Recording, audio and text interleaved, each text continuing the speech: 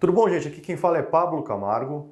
Vamos fazer agora a nossa aula sobre distribuições de probabilidade. O que a gente vai tratar nessa nossa aula? A gente vai falar sobre como se comporta o resultado de um experimento qualquer ao longo das suas possíveis saídas, né? De todos os possíveis resultados. Vamos falar um pouco mais primeiro sobre probabilidade, definir probabilidade e depois a gente fala um pouco sobre como ela pode se comportar em todos os seus resultados possíveis. O conceito de probabilidade, ele está intimamente ligado ao conceito de variável aleatória. Uma variável aleatória, ele é uma função, um experimento que ele te dá resultados aleatórios, por isso que ela chama variável aleatória. O que a gente quer dizer com aleatórios? Que são randômicos, que não são sabidos antes de que ele ocorra. Tá? É esse o conceito de variável aleatória. Aqui a gente dá alguns exemplos aqui. Lançar duas moedas. A gente poderia dar o exemplo do lançamento de um dado. Tá? Antes da gente fazer o slide, vamos pensar no dado. Quando eu jogo um dado, a face que cai para o lado da cima é a face, né? A variável aleatória é o lançamento do dado, jogar o dado. A face é o resultado dessa variável aleatória. Então, o número que eu enxergo no dado, ele é, esse é o resultado da minha variável aleatória lançamento de dado. Aqui a gente tem um outro exemplo. Lançamento simultâneo de duas moedas. Então nós vamos lançar duas moedas e a gente quer ter como resultado, nessa primeira coluna, o número de caras. Se você jogou uma moeda deu cara e a outra moeda deu cara, então o resultado da sua variável aleatória x é 2. Se deu cara e coroa, o resultado da sua variável aleatória x é 1. 1 de cara, 0 de coroa, 1. Coroa, cara, 0 e 1. Coroa, 0, 0.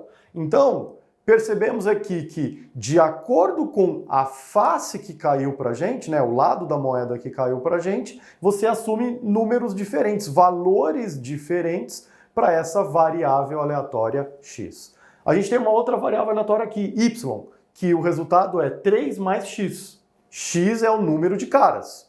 Então, duas caras, 3 mais 2, 5, 3 mais 1, 4, 3 mais 1, 4, 3 mais 0, 3. E aqui mais um exemplo, o dobro de x. 2 vezes 2, 4. 2 vezes 1, 2. 2 vezes 1, 2. 2 vezes 0, 0. Então a gente pode criar várias variáveis aleatórias com um único experimento, lançamento do dado. Bacana? E as variáveis aleatórias, elas têm dois tipos. Ou elas são discretas. Quando a gente fala de uma variável aleatória discreta, ela é contável. Por exemplo, jogo o dado 10 vezes. Uma variável aleatória discreta seria, olha, qual é o número de vezes que cai a face 1 no dado? Então, isso é uma variável discreta. E ela pode ser definida entre variável aleatória discreta finita ou infinita. Então, assim, esse exemplo do dado é um número finito, porque você cabe, né, termina num número. O número de passes errados em uma partida de futebol, faltou dizer aqui que é do Corinthians, né? Como não há limites, é uma variável infinita. Então, ou seja, os caras podem errar passes para sempre, né, durante uma partida de futebol. Por isso que você consegue contar? Sim, mas dependendo do dia, se eles estiverem muito inspirados, os caras vão perder muitos passes, tá? É uma brincadeira, eu sou corintiano, enfim. Isso é uma variável aleatória infinita, que é completamente de uma variável aleatória contínua. Quando a gente trata de variáveis aleatórias contínuas, você está falando de uma grandeza que não é contável. Você não consegue ir lá e contar 1, 2, 3. Você consegue contar o número de gotas de chuva que caem? Não consegue. Assim, o volume, né? Não é nem o número de gotas, né? O volume que chove na sua rua num período de um ano. Você não consegue. O que você consegue é estimar, tá? Consegue estimar que durante um ano na sua rua chove em média de 10 a 15 milímetros. Então a coisa é muito simples. Se você consegue definir um número com exatidão, você está falando de uma variável aleatória discreta, sendo finita ou infinita. mas você conseguiria definir exatamente um valor. Quando você não consegue definir exatamente um valor, aí você trata de variável aleatória contínua. Por quê? Você vai ficar, na verdade, se preocupando com um intervalo. Olha, não são 12,97777 milímetros. Está entre 12 e 13 milímetros, em média, o quanto chove na minha rua durante um ano. Bacana? Então, é importante a gente diferenciar isso, tá? Porque para cada tipo de experimento, você vai ter um tipo de saída. Alguns experimentos vão te dar uma saída discreta, outros contínuas. Perfeito? Distribuição de probabilidade. Nada mais é isso do que a gente ter uma representação gráfica entre todas as saídas possíveis, quantas vezes deu o resultado, cada um dos resultados. Vamos lá, estou falando, vamos deixar mais simples, né? Vamos para o slide aqui. Então, gente, o que é a distribuição de probabilidade? Imaginem que eu tenha aqui, continuando no exemplo do lançamento dos dados. Então eu vou colocar aqui face, né? A face que está na frente para a gente, e a probabilidade disso ocorrer. Tá? Só definindo, né? Probabilidade é um número que indica a chance daquele evento ocorrer. Tá? Então, se tem uma probabilidade de 100%, aquele evento vai ocorrer 100% das vezes. Se tem 50% de chance de probabilidade, aquele evento vai ocorrer 50% das vezes. Pô, Pablo, mas probabilidade, evento? Cara, simples, vamos lá. Lançamento de uma moeda. Lançar uma moeda é uma variável aleatória. Cair cara é o evento que eu quero. Cair coroa é um outro evento. Tá? E a probabilidade é a chance de cada um desses eventos ocorrerem. Bacana? E a distribuição de probabilidade nada mais é do que você mostrar de uma maneira gráfica, uma maneira mais lúdica, como isso se comporta com todos os eventos possíveis, com todas as saídas, resultados possíveis. Então, quando a gente fala aqui de face, a gente tem, obrigatoriamente, né, para o lançamento dos dados, né, 1, 2, 3, 4, 5 e 6. E vamos supor que desse lançamento de dados, a gente jogou o dado 10 vezes. Então, o número 1 caiu 2 vezes. O número 2 caiu 1 vez.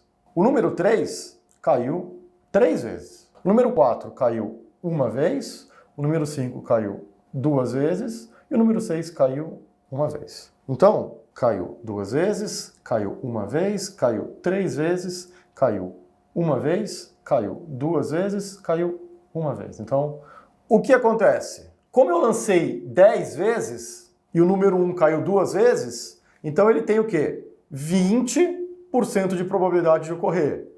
Esses aqui tem 10% de probabilidade de ocorrer e esse aqui tem 30% de probabilidade de ocorrer. Tá? Então, assim, para esse experimento, tá? Deixar bem claro que para esse experimento de jogar o dado 10 vezes, essa foi a minha distribuição de probabilidade para esse experimento. Se eu jogar isso múltiplas vezes, muitas vezes, o que vai acontecer é o que vocês imaginam. A distribuição de probabilidade disso aqui vai ficar o quê? Cada um desses números vai ter o mesmo valor, que é 1/6.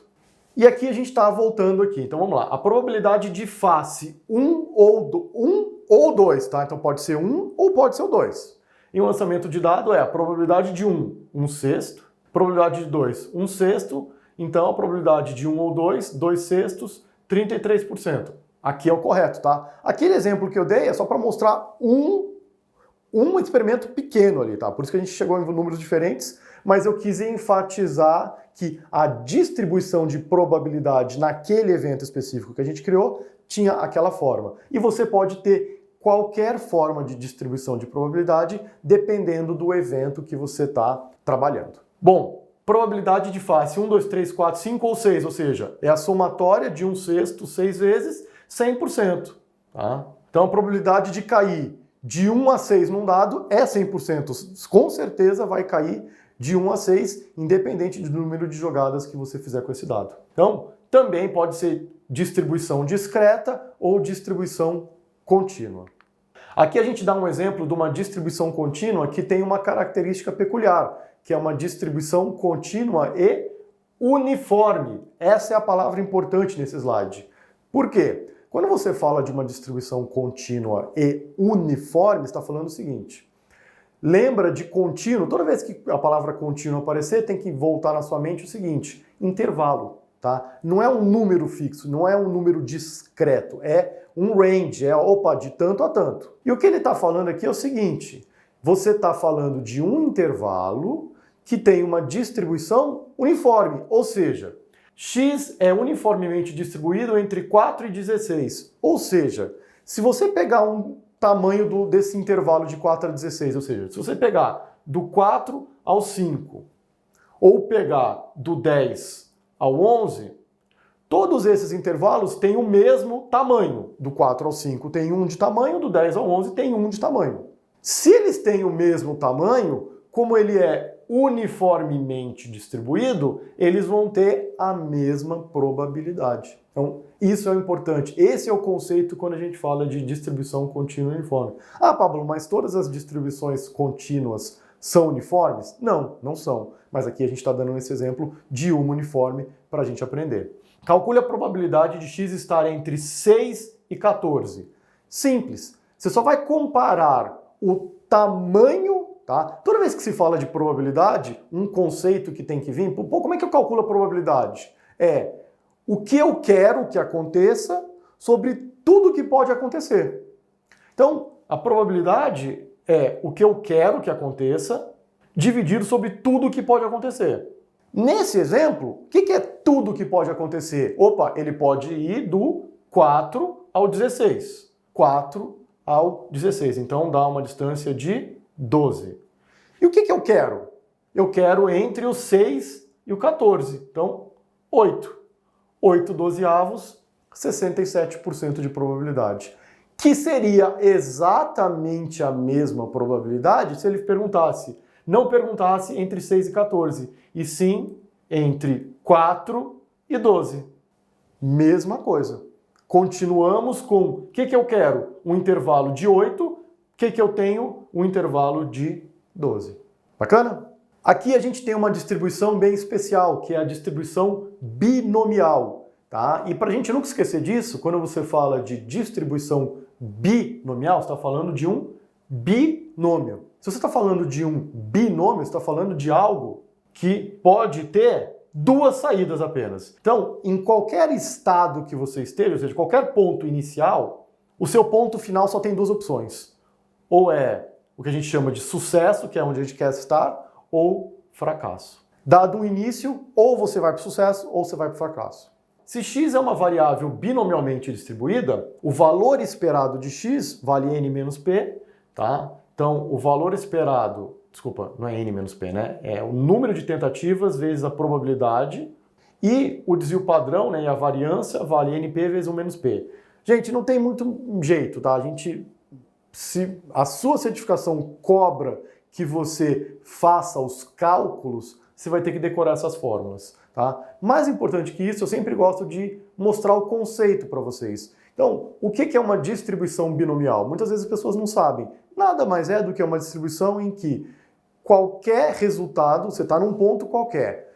Daquele ponto qualquer, ou você vai para onde você quer, que é o sucesso, ou você vai para onde você não quer, que é o fracasso. E o P é a chance de ter sucesso e o N é o número de tentativas. Ou seja, dado o número de tentativas, você vai definir... Imagine o seguinte, que você queira sucesso uma vez. É completamente diferente de você querer sucesso várias vezes. Vamos fazer um exemplo aqui. Ela é uma distribuição discreta. Por que ela é discreta? Porque você sempre vai saber exatamente onde você está, tá? Sempre é um valor fixo. Então, primeiro ponto importante para a gente se atentar. Então, vamos colocar aqui. 58% de chances do Ibov subir e 42% de chance de cair. Calcular quantas altas em uma semana. Então, o que ele quer? Qual que é o valor esperado das altas do Ibovespa em uma semana? Então, o valor esperado é quantas tentativas tem uma semana? 5. Qual que era a chance dele subir? Ele deu, dados do problema, 58%. Tá? Então esse é o cálculo que a gente faz, a gente tem o quê? 2,9 altas. Então, o valor esperado seria, com essa probabilidade dele subir, de 58% de chances, é esperado em cada semana de 5 dias que em 2,9 dias o Ibovespa suba. Gente, a gente sabe que não existe 2,9 dias, tá? Mas quando você vai no longo prazo, a média daria 2,9. Bacana? Bom, continuando nossa aula de distribuição de probabilidades, a gente vai falar da distribuição mais comum de probabilidade, que a gente chama de distribuição normal. Por isso que ela tem esse nome de normal. Ah, Pablo, o que tem? O que é normalmente distribuído? Eu poderia afirmar que quase todos os eventos, tá? Quase tudo que ocorre na natureza é normalmente distribuído. Desde o retorno de uma ação no longuíssimo prazo, até a média de altura de todo mundo na Terra, até a nota de matemática dos alunos do terceiro colegial e por aí vai. Então, assim, a grande maioria dos eventos tem uma distribuição normal. Vamos definir bem, vamos entender bem quais são as características de uma distribuição normal. Uma distribuição normal tem as seguintes características. Ele tem esse formato, tá? Em que aqui no eixo Y a gente tem a probabilidade de ocorrência e aqui você tem o resultado da variável aleatória x qualquer do evento x qualquer que você está querendo colocar. A primeira característica é uma distribuição normal, ela é simétrica, tem simetria. O que eu quero dizer com isso? Que a população, né, a chance de você estar desse lado, do lado direito, é exatamente igual à chance de você estar do lado esquerdo. Segundo ponto, ela vai até o mais infinito e até o menos infinito. Ou seja, ela não toca o eixo x. Tá? A distribuição normal não toca o eixo x. Só que o que acontece? Quanto maior o valor da sua variável aleatória x, tá? Antes de falar isso, eu vou falar duas coisas. Para você definir uma distribuição normal, você precisa de dois elementos. O valor médio e o desvio padrão. O valor médio para uma população a gente chama de μ, né? Então, o valor médio da população e o desvio padrão dela. Definindo essas duas variáveis, você consegue definir a sua distribuição normal. E o que acontece? Você tem o valor central, é onde é mais fácil ocorrer, né? Então, o valor central é a maior chance de ocorrência, e quando você tem valores muito bons ou valores muito ruins, a chance de ocorrer, a probabilidade dele ocorrer é muito baixa. A chance do central é a mais alta possível. Tá? Essa é a interpretação de uma distribuição normal. Aqui no slide a gente vai mostrar para vocês uma distribuição normal que a gente chama de padronizada. Por que ela é padronizada? Porque ela tem o valor médio 0 e desvio padrão 1. Então, o valor central dela vale 0. Aqui você tem um desvio padrão para cima, vai mais 1, dois desvios padrões para cima, chega no 2. 0 menos 1 desvio padrão, menos 1, menos 2. E por aí vai. Então, nessa distribuição normal, a chance do resultado ser 0 é grande. A chance do resultado ser menos 2 ou um número menor é bem pequena, a gente pode ver aqui. E é isso que a gente utiliza na distribuição normal. Por quê? Com isso a gente consegue construir intervalos de confiança, consegue construir quantos por cento da população você vai estar entre um pedaço e outro, entre outras coisas. Só que tem um ponto. Tem um negócio chamado distribuição normal sem ser padronizada, que é qualquer distribuição que tem uma média qualquer e um desvio padrão qualquer, que não necessariamente é 0 e 1. Então, se eu construir uma distribuição normal que não é padronizada com média 2 e desvio padrão 2 também, o que acontece? Ela é normal? É. Então ela tem exatamente a mesma forma que a gente colocou ali em cima. Ela tem a mesma forma que a gente colocou em cima. Só que ela vai ter números diferentes nos mesmos lugares. Então eu vou fazer essa aqui a vermelhinha, tá? Então a vermelhinha tem a mesma forma, considere que o vermelho está exatamente igual no azul, só que eu não sou o Michelangelo aqui. O valor médio vale 2. O desvio padrão vale 2. Então você vai aqui para cima, 4 mais 2, 4 mais 2, 6. Menos 2, 0, menos 2, menos 2. Até nesse ponto ele chegou até o mesmo número. Mas o importante dizer é que a distribuição normal vermelha é igual, tem a mesma formato da distribuição normal azul. Como que a gente transforma a distribuição vermelha, que a gente não tem todos os dados, para azul, né, com números pretos aqui, que a gente tem todos os dados? Através de um negócio chamado estatística Z. A estatística Z nada mais é do que uma tecla SAP, que transforma qualquer distribuição normal para uma distribuição normal padronizada. Ah, Pablo, mas por que isso? Aguarda um pouco que a gente vai usar no slide por que a gente faz isso. Para a gente calcular a estatística Z, a nossa tecla SAP, a gente tem que ter o valor que a gente quer calcular menos a média da população dividido pelo desvio padrão dessa distribuição normal. Bom, aqui a normal padronizada, como nós falamos, tem média 0 e desvio padrão 1. A padronização é a tecla Z aqui, né, a nossa tecla SAP, e o cálculo a gente já aprendeu, né, x menos média sobre desvio padrão. Bacana. Vamos calcular um exemplo aqui para ficar claro para a gente. Imagine que a gente tem essa distribuição normal de preço sobre lucro 4, valor médio dos preços sobre lucros 10 e desvio padrão 3. Para a gente calcular o Z é simples. O valor que a gente quer calcular, 4, menos a média, 10, dividido pelo desvio padrão, 3. Então, ali, menos 2. Opa, então o nosso fator de conversão, a nossa tecla Z, tecla SAP, vale menos 2.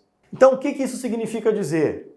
Que o número que a gente calculou está a menos 2 desvios padrões do ponto médio.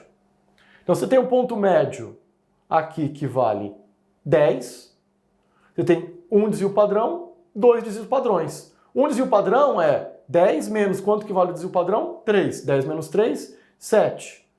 Mais um desvio padrão para baixo, né, que a gente quer menos 2 desvios padrões, chega no 4. Então esse número 4 aqui está a 2 desvios padrões abaixo do valor central. Se fosse mais 2, seria 2 desvios padrões acima do valor central. Bacana?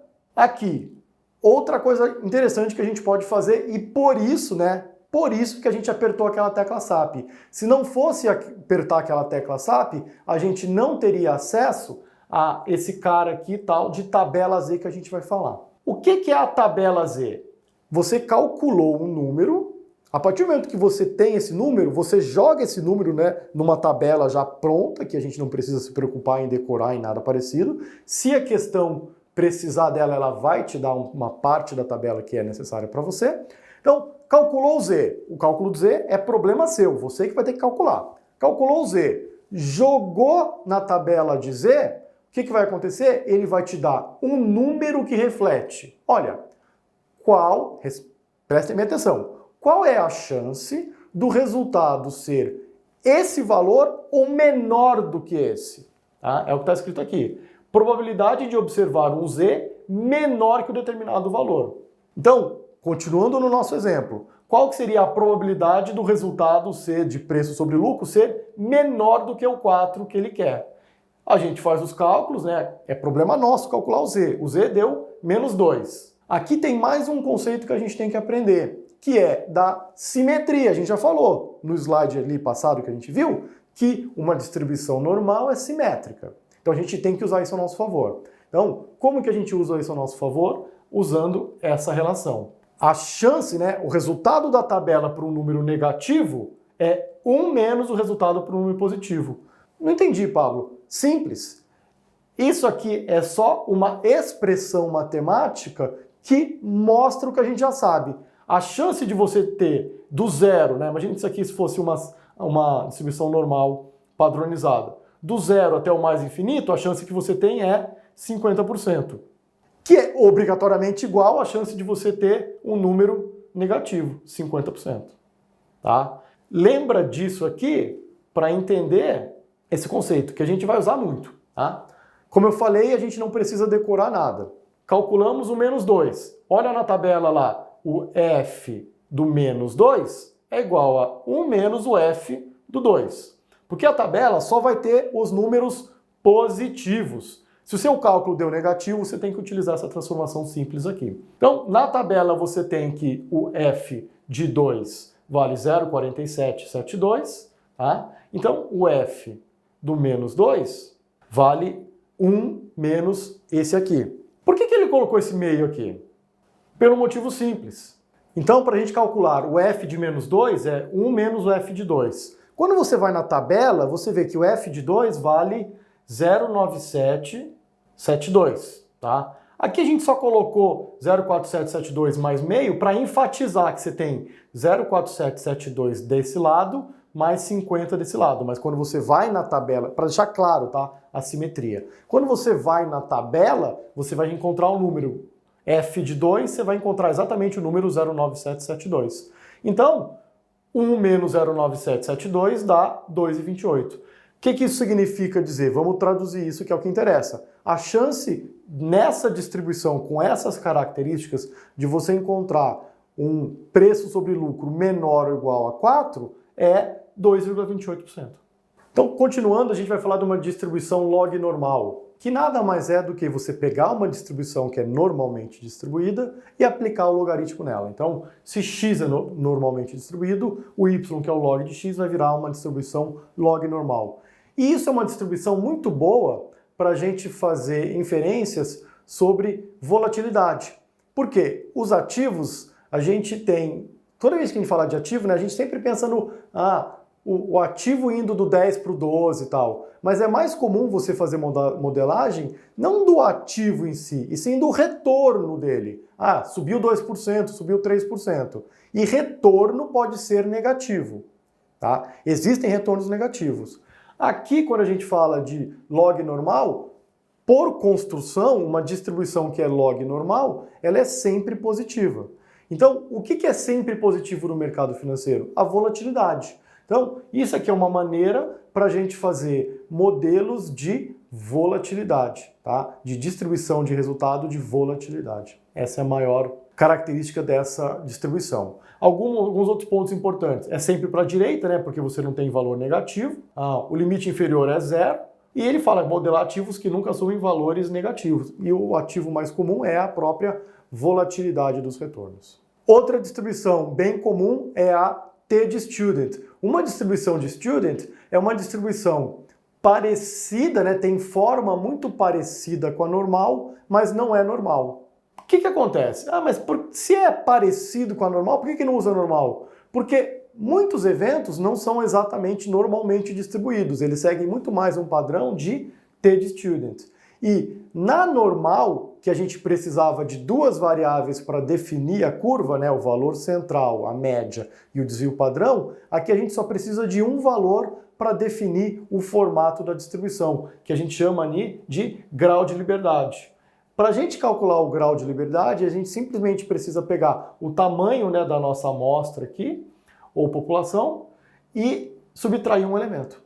Então a gente consegue definir uma distribuição normal, a gente tem as características. Ela também é simétrica, ela também não toca o eixo X, tá? Então ela é simétrica, não toca o eixo X, e para a gente definir apenas um fator é necessário. Aqui a gente deixa claro aqui, ó, o azulzinho é a distribuição normal.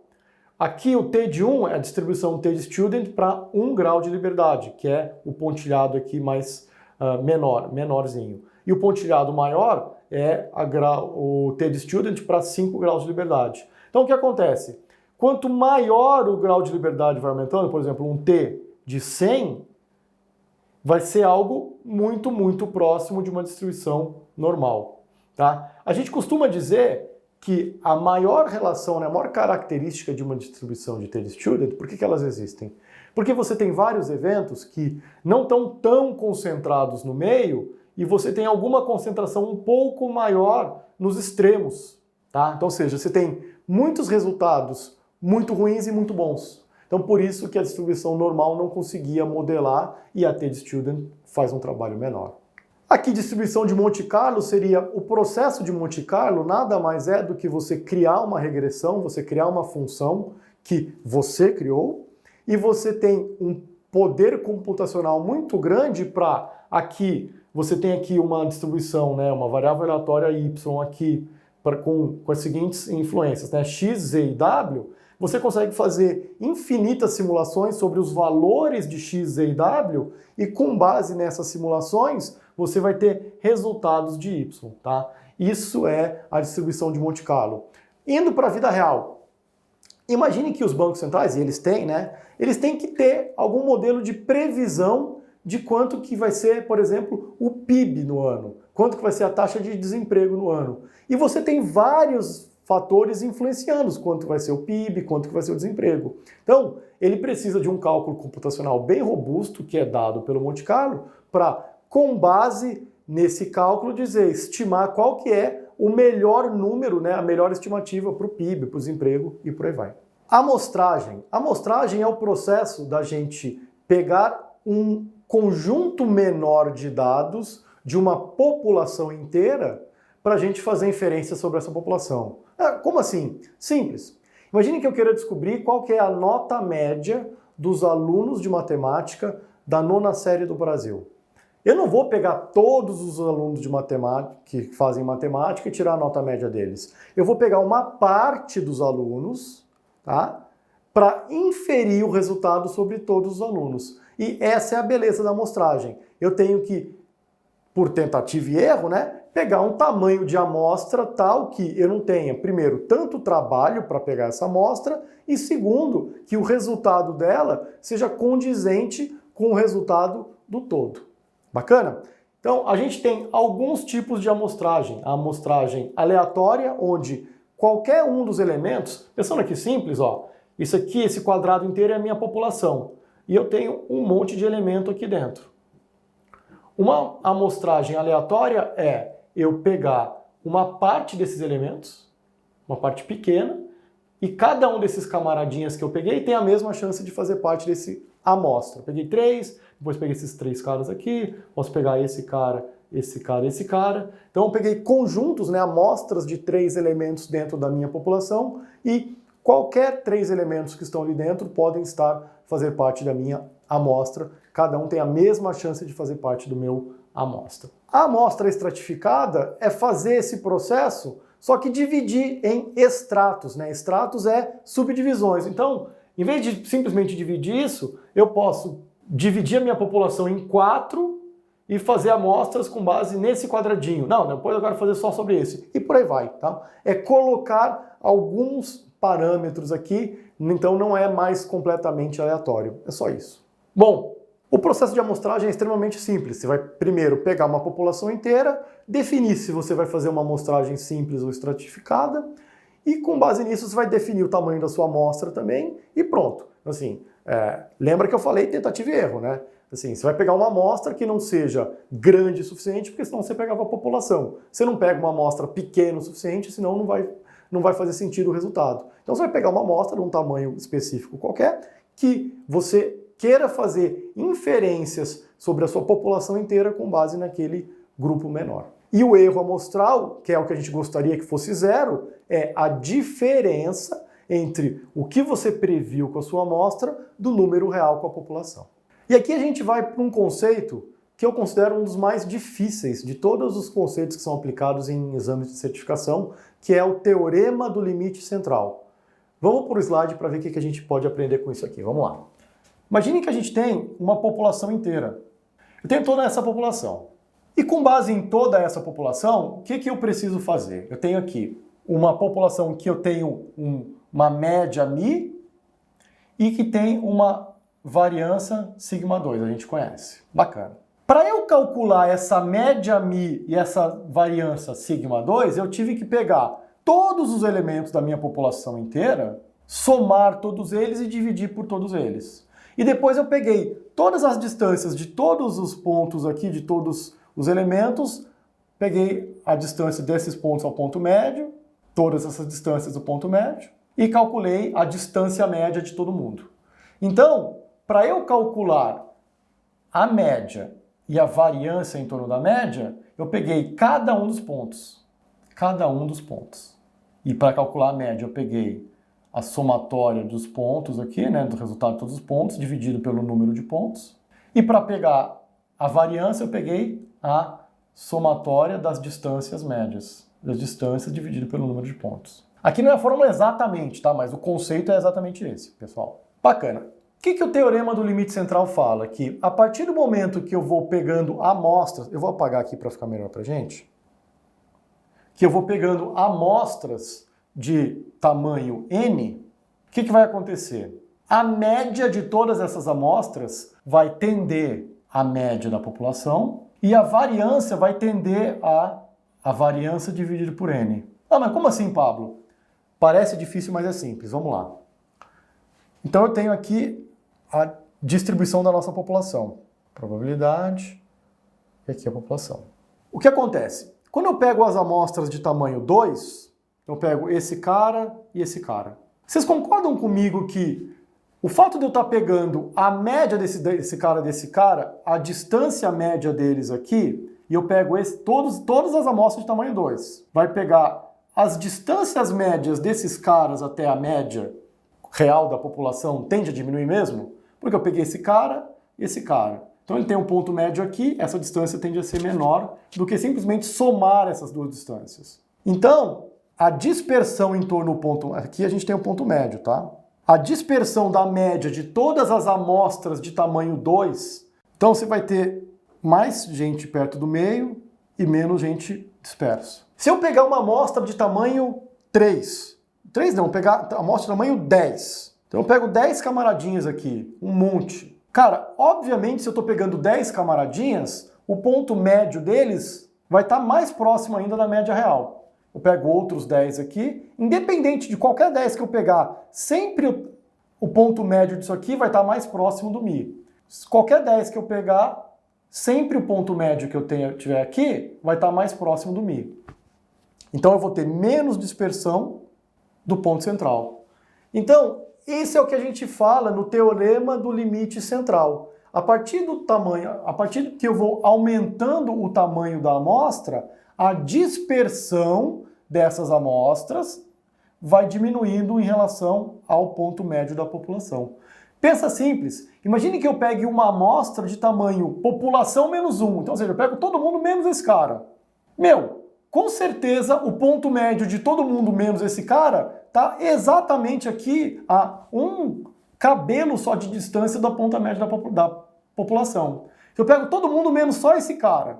Quando eu faço isso, eu vou ter uma distância muito, muito próxima da média central e por aí vai. Então, isso pode parecer contraintuitivo. Você fala assim, mas o desvio padrão aqui da população vai ser maior do que o da amostra? Vai, porque no limite, o desvio padrão da população em torno desse Mi é feito com amostras de tamanho 1, porque cada um desses elementos da população foi considerado para calcular o Mi e o desvio padrão, sigma 2. Agora, quando eu pego uma amostra, eu estou falando o seguinte, eu estou pegando 2 caras ou 10 caras. É isso. Esse é o teorema do limite central. O que ele está falando é o seguinte, vou até falar porque é importante. Para uma amostra aleatória simples, de tamanho n, de uma população com média Mi e variância sigma 2, a distribuição das médias amostrais x barra se aproxima de uma distribuição normal com média Mi e variância sigma 2 sobre n. Isso aqui é o pulo do gato, na medida em que a amostra vai se tornando maior. Então, você vai dispersando menos em torno de um ponto central se você está pegando uma amostra maior. E por que a gente falou tanto? A maior aplicabilidade disso é para a gente fazer inferências sobre média da população com dados de média de amostra. E para a gente calcular o desvio padrão do erro dessas médias amostrais, a gente simplesmente pode pegar o desvio padrão da população e dividir pela raiz de n, né? O desvio padrão não é a raiz quadrada da variância? Então, se eu tinha sigma 2 sobre n, para eu calcular o desvio padrão é a raiz, né, de sigma 2 sobre n. Então fica sigma sobre raiz de n. Para eu calcular o erro padrão dessas médias amostrais, se me derem o desvio padrão da população, é só pegar o desvio padrão da população e dividir pela raiz quadrada do tamanho da amostra. Então vamos lá. Você tem aqui o lucro por ação de 2,66, o desvio padrão da população de 1,15. Qual que seria o desvio padrão das médias amostrais, tá? Com n igual a 30? Simples, é só pegar 1,15 dividido pela raiz de 30, que vale 0,21. O que isso significa dizer? Todas as médias amostrais de tamanho 30 vão ter um valor central 2,66 e desvio padrão 0,21. Repara, quando você falou da população, o ponto médio era 2,66 e o desvio padrão da população era 1,15. Se eu pego uma amostra de tamanho 30, ou seja, eu estou pegando 30 caras dentro dessa população e calculando a média, é óbvio que o desvio padrão dessa média, né, e de todos os caras com tamanho 30, vai ser muito menor em relação à média real. Por isso que deu 0,21. O que acontece é que raramente a gente sabe o desvio padrão da população inteira. Normalmente o que é dado, o desvio padrão de uma média qualquer. Então, se você receber o desvio padrão de uma média amostral, bacana, não tem problema nenhum. Porque para você calcular lá o erro da sua amostra, é só pegar o desvio padrão da média amostral que você recebeu e dividir pelo tamanho, né, raiz quadrada da sua tamanho amostral. É isso. Em termos de conta, é a mesma coisa. Esse aqui é análogo a esse em termos de conta. É só que ele representa. No fim das contas dá na mesma, porque vai chegar no mesmo... é por um mesmo objetivo. Então o que a gente faz aqui, está falando, é nada mais do que meio que uma coxambração. Ah, se o cara te deu da população, ótimo, usa da população. Pô, não deu da população, deu da amostra? Paciência, usa da amostra. O cálculo é o mesmo. Vamos falar agora sobre estimação, que é fazer inferências com base sobre alguma coisa com base em outros dados. Então, estimativa por ponto, tá? Te dá um número exato. Então, ou seja, é você falar qual que é a média dessa população. Vale 10. Acabou. Então, aquele 10, aquele número tem que ter algumas propriedades, né? Não pode ser tendencioso, tem que ser eficaz, tem que ter acurácia, enfim. Aqui não se preocupa muito, tá? O foco maior quando a gente fala de estimação não é por ponto, é mais por intervalo, tá? Porque quando a gente fala de mercado financeiro, você sempre está falando de incerteza. Então você não está falando de algo muito discreto, você está falando de algo que é contínuo, que está, poxa, tem 95% de chance de estar entre um ponto e outro. E é isso que a gente vai aprender aqui. Para a gente fazer estimativa por intervalo, a gente tem que aprender dois conceitos extremamente simples, que é o nível de significância e o intervalo de confiança. O intervalo de confiança, ele é dado por 1 menos o nível de significância. No exemplo que a gente tem aqui, de 5% de significância, a gente chega no intervalo de confiança de 95%. Então, em 95% das vezes que você fizer algum teste qualquer que você está tratando aqui, o resultado vai estar entre 10 mais ou menos meio quilômetro, ou seja, entre 9,5 quilômetros e 10,5 quilômetros do que você esteja tratando. Em 5% dos casos, você vai ter um resultado ou menor que esse ou maior do que esse. E isso é importante para a gente construir intervalo de confiança. Para a gente construir intervalo de confiança é extremamente simples. O que é? Você pega a estimativa por ponto, ou seja, o valor central, que você considera o valor correto, mais ou menos um fator de confiança vezes o erro padrão.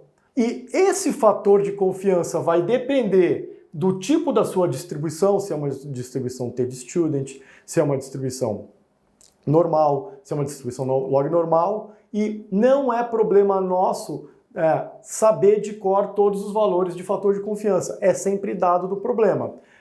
Para alguns valores específicos de distribuição normal que a gente vai ver nas aulas de distribuições, sim, você tem que saber meio que de cor. Para outros não, é dado tabela para vocês. Então, o importante é a gente entender o conceito. Quando a gente fala de intervalo de confiança, você sempre vai ter o seguinte valor, né? Um valor médio, mais ou menos um fator de confiança, vezes um desvio padrão. É isso. Tão simples quanto isso. E aqui, valor do ativo, probabilidade do resultado. Por que ele vê Z de alfa sobre 2? O Z, que é a tecla SAP nossa, né, que é aquele fator de confiança, por que a gente colocou alfa sobre 2? Porque se eu tenho um nível de significância de 5%, e você está querendo construir um intervalo de confiança de uma distribuição que, se não for normal, ele pelo menos é simétrico, se você está falando de 5%, você está falando o quê? De 2,5% na cauda inferior e 2,5% na cauda superior. Por isso que para a construção de intervalo de confiança, você sempre tem que pegar o Z, né, a nossa tecla SAP, referente ao nível de significância dividido por 2. Ficou claro? Porque se eu quisesse com 10% de significância, 10% de significância no intervalo de confiança, eu teria 5% de um lado e 5% do outro. Então, o número que eu tenho que pegar, o fator que eu tenho que pegar, é esse aqui.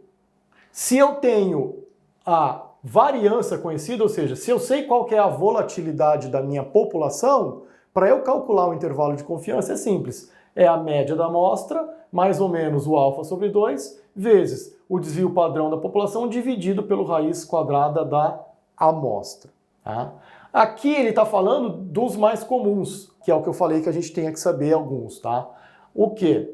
Com confiança de 90%, bicaudal que a gente fala, né, porque são duas caudas, o fator é 1,645. Com 95% de confiança, o fator é 1,96. E com 99% de confiança, o fator é 2,57. Então, ou seja, numa distribuição normal, que é o caso, com 2,58 desvios padrões para cima e 2,58 desvios padrões para baixo, 58 aqui, desculpa, você tem no meio, no seu intervalo de confiança aqui no meio, ó, 99% da população. Então, ou seja, daqui para baixo tem 0,5% da população, daqui para cima tem 0,5% da população. É isso que esse slide está mostrando para a gente. Tá? Então vamos fazer um cálculo aqui quando a gente conhece a vol da nossa população. Você tem 30 empresas que responderam um questionário e alcançaram uma pontuação média de 70, com o desvio padrão da população já igual a 10. Vamos construir um intervalo de confiança de 95%. Então vamos lá. Nível de confiança de 95%, tá? A gente tem que olhar na tabela aqui, ou decorar, vale 1,96. Intervalo de confiança, valor médio. Quanto vale o valor médio? 70. Mais ou menos o fator 1,96 vezes o desvio padrão. Ele deu o desvio padrão da população? Deu 10. Deu o tamanho da sua amostra? Deu 30. Então o intervalo de confiança fica 70 mais ou menos 1,96 vezes 10 sobre raiz de 30, é o que está aqui. Então, dá 66,42 até 73,58. Então, se eu pego 30 empresas qualquer dessas, da população de todas as empresas, em 95% dos casos, toda vez que eu pegar 30 empresas, o resultado vai dar entre 66,42 até 73,58. É essa a interpretação desse intervalo de confiança. Aqui é exatamente a mesma coisa, só que quando você não conhece a volatilidade da população, ele te dá a volatilidade da amostra, tá? Ele te dá a volatilidade da amostra. E outro ponto de diferença é, se você não sabe a volatilidade da população, você tem que utilizar a distribuição de T de Student, ou seja, o seu fator de confiança não é mais na tabela Z, é na tabela T, mas conceitualmente, a construção do intervalo de confiança nunca vai fugir a esse padrão. É a mesma coisa. Você só está mudando o seu fator de confiança e aqui o desvio padrão, nem a forma do cálculo, né? É o mesmo cálculo. Nada de novo. Tá? Aqui nós mostramos apenas como que vocês vão procurar numa tabela de T o fator de confiança. Então, todas as tabelas de T, você vai ter aqui o número de grau de liberdade e aqui o fator mesmo. Tá? Então, no caso aqui, ele falou o seguinte, olha, em uma amostra de tamanho 45, são 44 graus de liberdade. Lembra que é N menos 1. Então, você vai buscar na linha 44 aqui, qual que é o fator correspondente que você tem de T aqui que ele foi dado. Então, vamos lá. Mesmo conceito, só que agora você está falando de que você não sabe a volatilidade da população e sim da amostra. Tá? O valor central é o mesmo, o desvio padrão é o mesmo. Então, com T 95% de confiança, né, o T de 2,5, né, porque é o Z sobre 2 aqui, né, no caso T sobre 2, 5% dividido por 2, né, não é nem Z o T, desculpa, é o alfa sobre 2, né, que fala, desculpa. Então, o 5% dividido por 2, né, T de 2,5, então você vai buscar na linha 44, no 2,5 você chega nesse número 2,045. Então, vamos lá.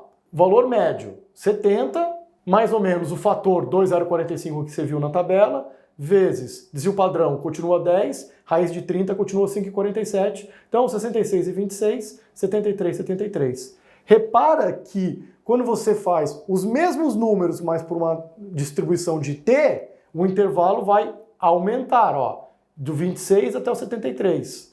Aqui a gente tinha do 42 até o 58. Mas faz todo sentido. O seu fator aumentou, né? O seu fator aqui era 1,96. O fator agora são 2,045. E isso faz total sentido. Por quê? A gente está fazendo o intervalo de confiança lá na ponta. lá em números que caem menos, né? Que é ocorrências menos comuns.